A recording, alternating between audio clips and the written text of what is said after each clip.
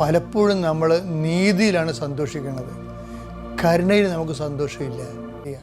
അപ്പം എങ്ങനെയാണ് കരുണ എന്താണ്, നീതി എന്താണ്, നീതിയേക്കാൾ എങ്ങനെ കരുണ വലുതായിരിക്കുന്നത്, അതിൻ്റെ അനുഭവ തലങ്ങളാണ് ഞാനീ പറയാൻ പോണ കഥയിൽ നിന്ന് നിങ്ങൾ വായിച്ചെടുക്കേണ്ടത്. പള്ളിക്കയറി തെറി പറയുന്നവനെ കുർബാനക്കെടുത്ത് നോക്കി കാണിക്കണവരെ ഞാൻ കണ്ടിട്ടുണ്ട്. പക്ഷേ ഞാനത് എൻ്റെ കുർബാനയ്ക്ക് കുർബാന ഉയർത്തുമ്പോൾ ഒരുത്തൻ കന്യാസിമാർ ആൾക്കാരെ കുമ്പിടുമ്പോൾ അവർ പൊങ്ങി വരുമ്പോൾ ഇയാൾ മുമ്പിൽ നിന്ന് തുണുക്കി കാണിക്കും. 93 ഞാൻ എൻ്റെ ഒരു ചേട്ടൻ, ഇടവകളുടെ ചേട്ടനോട് പറഞ്ഞു, ചേട്ടാ ആ ചേട്ടൻ എനിക്ക് നല്ലതാണ് സ്വഭാവം അറിയാം, ചേട്ടാ ഇതാണ് പ്രശ്നം, ഈ കന്യാസിമാർ എപ്പോഴും കുർബാന ഉയർത്തുന്ന സമയത്ത് അവർ കുമ്പിട്ട് പൊങ്ങുമ്പോൾ ഇയാൾ നോക്കി കാണിക്കണം. പള്ളിയിൽ നിന്നുണ്ട്, പള്ളിയിൽ നല്ല സമയമല്ലേ, ആള് പ്രാന്തനാണ്, ഇത് പറഞ്ഞിട്ട് കാര്യമില്ല. പക്ഷേ ഞാൻ ഈ ചേട്ടനോട് പറഞ്ഞതിന് ശേഷം ഞാനത് മറന്നുപോയി.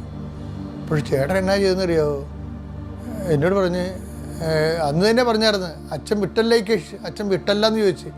ഞാൻ വിട്ടെന്ന് പറഞ്ഞു. കാര്യം ഇത് വൃത്തികെട്ട പരിപാടിയല്ലേ ഇത്. വിട്ടെന്ന് വെച്ച് കഴിഞ്ഞാൽ പുള്ളിയുടെ പൂർണ്ണ ഉത്തരവാദിത്തം കൊടുത്താന്നാണ് ചോദിച്ചത്. ഒരു ദിവസം ഞാൻ കുർബാന അർപ്പിച്ചിരിക്കുന്ന സമയത്ത് ഒരു 2-3 ആഴ്ച കഴിഞ്ഞെന്ന് തോന്നുന്നു, പട്ടേ എന്നൊരു സ്വരം, ഭയങ്കര കാറൽ, ഒരു മനുഷ്യൻ ചാടി വീണ് പുറത്തോട്ട് വീണ് ഓടിപ്പോണ കണ്ടത്.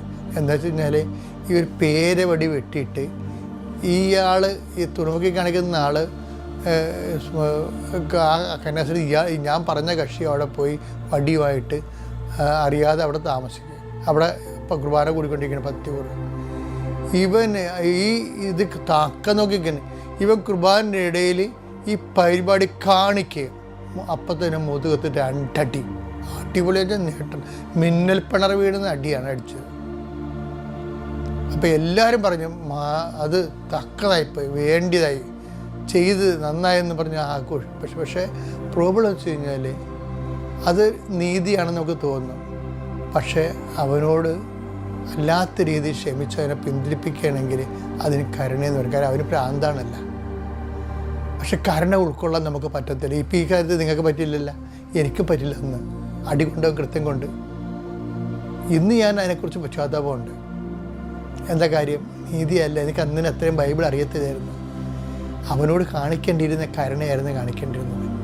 നമ്മുടെ ദൈവം ഇപ്പം ഞാൻ പറഞ്ഞാൽ നിങ്ങൾക്ക് മനസ്സിലാകുന്നില്ല, ദൈവത്തിനെ സത്യസന്ധമായിട്ട് അന്വേഷിക്കേണ്ട ഒരു കാലമാണ്. അപ്പോൾ സത്യസന്ധമായിട്ട് അന്വേഷിക്കണം. അപ്പോൾ എല്ലാം കർത്താവ് തന്നെ ശുഭമാക്കി തരും. Praise the Lord.